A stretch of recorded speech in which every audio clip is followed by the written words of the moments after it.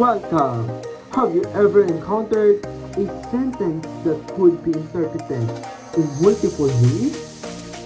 This is the essence of ambiguity in translation, a challenge that requires careful analysis and creative solutions. Today, we all explore different types of ambiguities and techniques for solving them, focusing on examples from Filipino to English translation.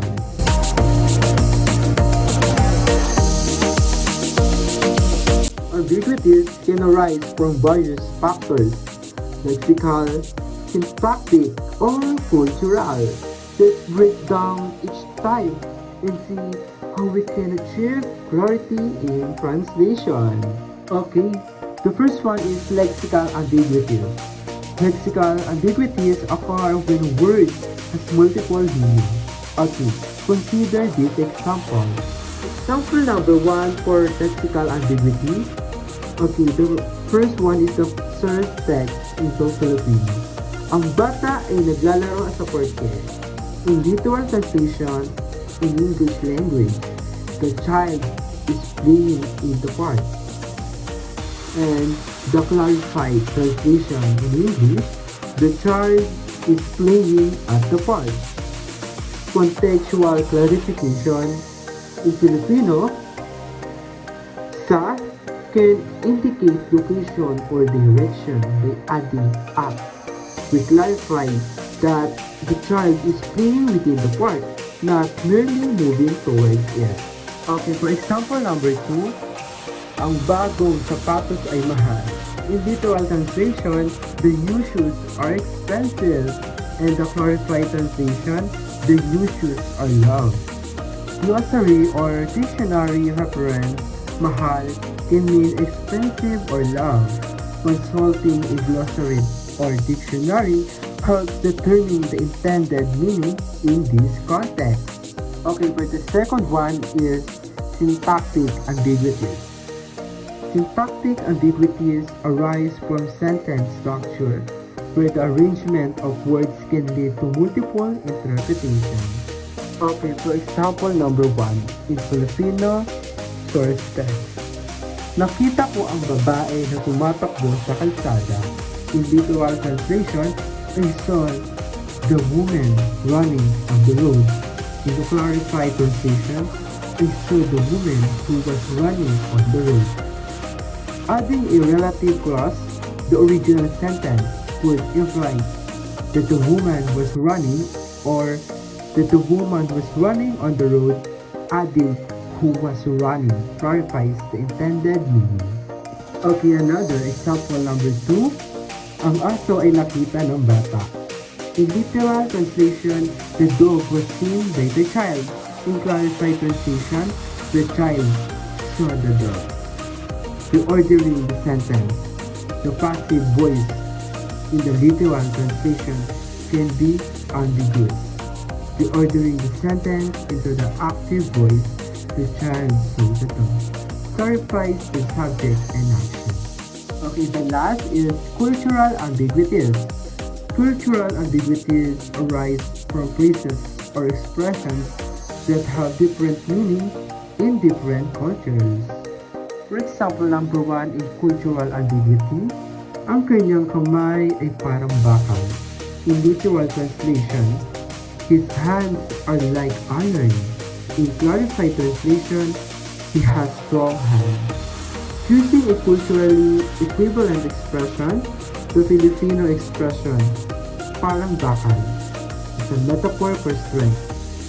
He has a strong hand. Is a more culturally appropriate way to express this idea in English. For example, number 2, ang kanyang anak ay nagmano sa kanya. In literal translation, his hand bowed to him. In clarified translation, his child showed respect to him by touching his hand. Adding a cultural explanation, nagmano is a Filipino custom of showing respect by touching the elder's hand. Adding an explanation in footnotes or parentheses clarifies the cultural context. Identifying and resolving ambiguities is a challenging but rewarding process. It requires a deep understanding of both language and culture. The biggest challenge I faced was finding culturally sensitive ways to express idioms and metaphors.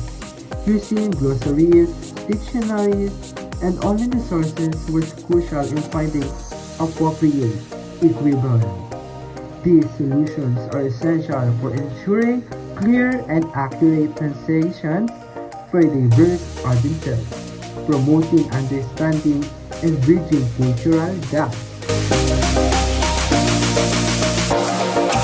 Identifying and resolving ambiguities in translation presented a unique set of challenges. Finding culturally sensitive equivalents for idioms and metaphors proved particularly difficult, as direct translations often lost their intended meaning. Determining the intended meaning when a word had multiple possible translations required careful analysis of the surrounding context. Balancing literal accuracy with the need for clarity and natural language in the target language was a constant balancing act, ensuring the translation was both faithful to the original and easily understood by the intended audience. The techniques employed to clarify ambiguities were crucial in achieving a successful translation.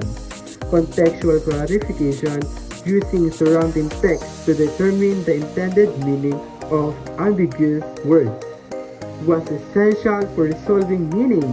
Glossary or dictionary reference ensured accurate translation of words with multiple meanings, while adding relative clauses clarified the relationship between elements in a sentence. Reordering sentences using active voice instead of passive voice improved clarity and readability. Using culturally equivalent expressions and adding cultural explanations ensured the translation was sensitive to the target culture and avoided misunderstanding.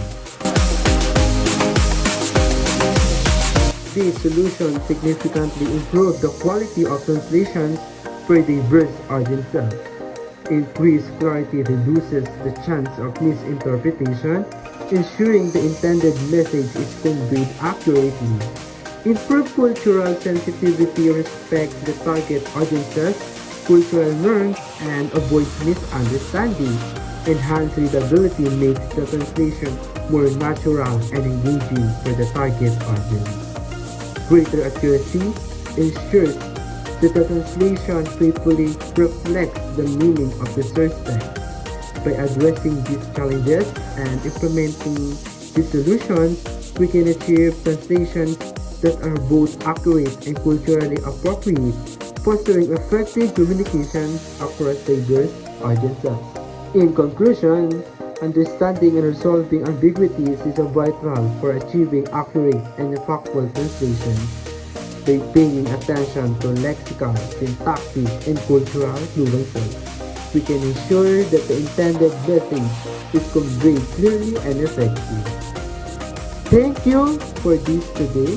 I hope you learn a lot for my video presentation. Thank you and bye.